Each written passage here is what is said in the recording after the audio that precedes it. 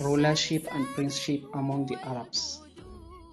When talking about the Arabs before Islam, we deem it necessary to draw a mini picture of the history of rulership, princeship, sectarianism, and the religious dominations of the Arabs, so as to facilitate the understanding of emergent circumstances when Islam appeared.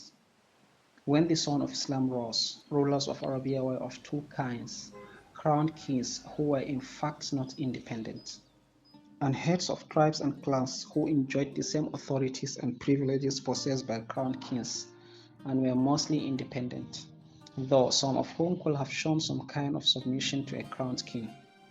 The crowned kings were only those of Yemen, Hira and Ghassan. All other rulers of Arabia were non-crowned. Rulership in Yemen. The folks of Sheba were one of the oldest nations of the pure Arabs who lived in Yemen. Excavation had brought to light their existence 25 centuries BC. Their civilization flourished and their domain spread 11 centuries BC. After the elephant incident, the people of Yemen, under the leadership of Madikarib bin Saif Dhuwazin al-Himyari, and through patient assistance, revolted against the Abyssinian invaders, restored independence, and appointed Madikarib as their king. However, Madikarib was assassinated by an Abyssinian he used to have him around for service and protection. The family of Dhuwazin was thus deprived of royalty forever. Kisra, the Persian king, appointed a Persian ruler over Sana'a, and thus made Yemen a Persian colony. Persian rulers maintained rulership of Yemen until Badan, the last of them, embraced Islam in 638 AD, thus terminating the Persian domain over Yemen. Rulership in Hira. Ever since Korosh the Great, 557 to 529 BC, united the Persians, they ruled Iraq and its neighborhood. Nobody could shake off their authority until Alexander the Great vanquished their king Dara I and thus subdued the Persians in 326 before Christ. Persian lands were henceforth divided and ruled by the kings known as the kings of sects, an era which lasted until 230 AD. Meanwhile, the Qahtani occupied some Iraqi territories and were later followed by some Adnani who managed to share some parts of Mesopotamia with them. The Persians, under the leadership of Al-Rashid, who had established the Sasanian state in 226 AD, regained enough unity and power to subdue the Arabs living in the vicinity of their kingdom and forced Qudaa to leave for Syria, leaving the people of Hira and Anbar under the Persian domain.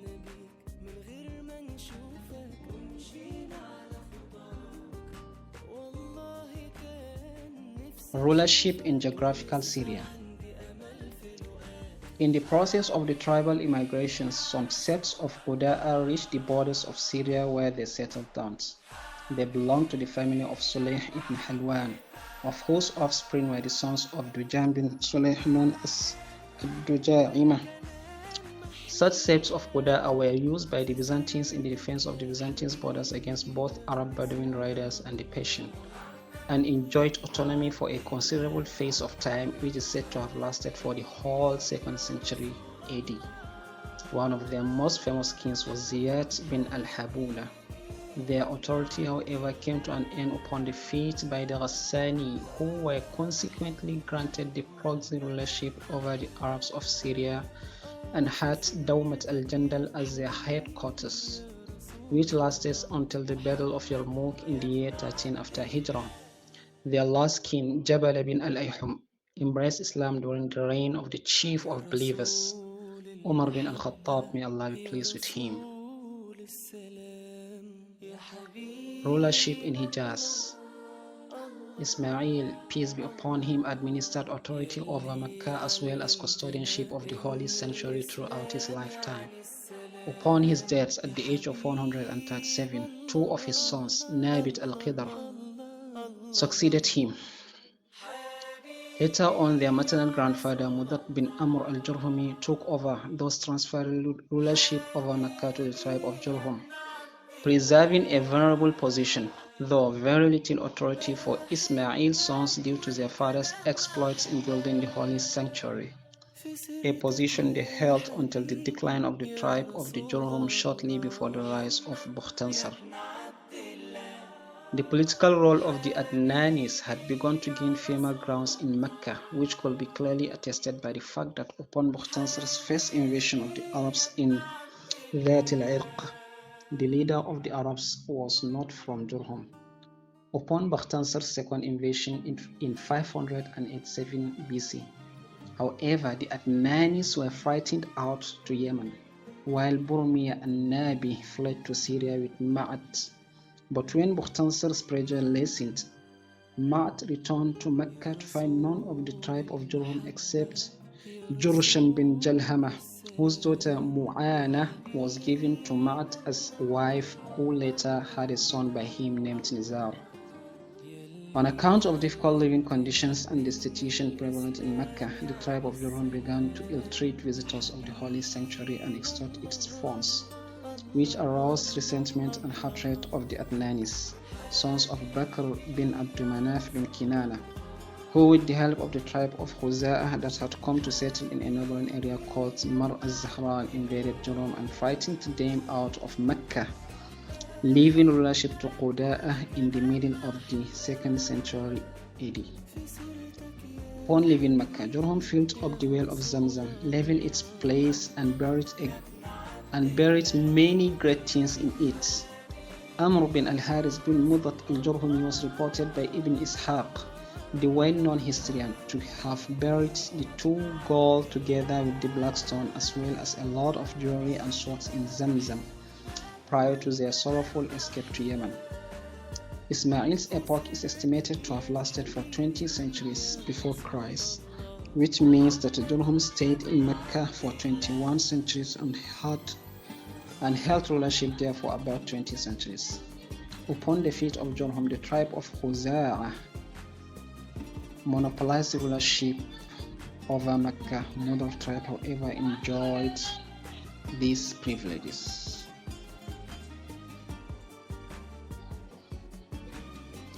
Rulership in Pan-Arabia. We have previously mentioned the Qahtanis and Adnanis immigrations and division of Arabia between these 2 tribes. Those tribes dwelling near Hira were subordinate to the Arabian king of Hira, while those dwelling in the Syrian semi-desert were under the domain of the Arabian Ghassani king, a sort of dependency that was in reality formal rather than actual. However, those living in the Hinda deserts enjoyed full autonomy. These tribes in fact had heads chosen by the whole tribe, which was a demi-government based on tribal solidarity and collective interest in defense of land and property.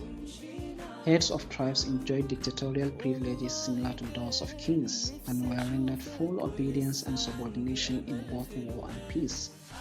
Rivalry among cousins for rulership, however, often drove them to outdo one another in entertaining guests, affecting generosity, wisdom, and chivalry for the sole purpose of outranking their rivals, and gaining fame among people, especially poets, who were the official spokesmen at the time.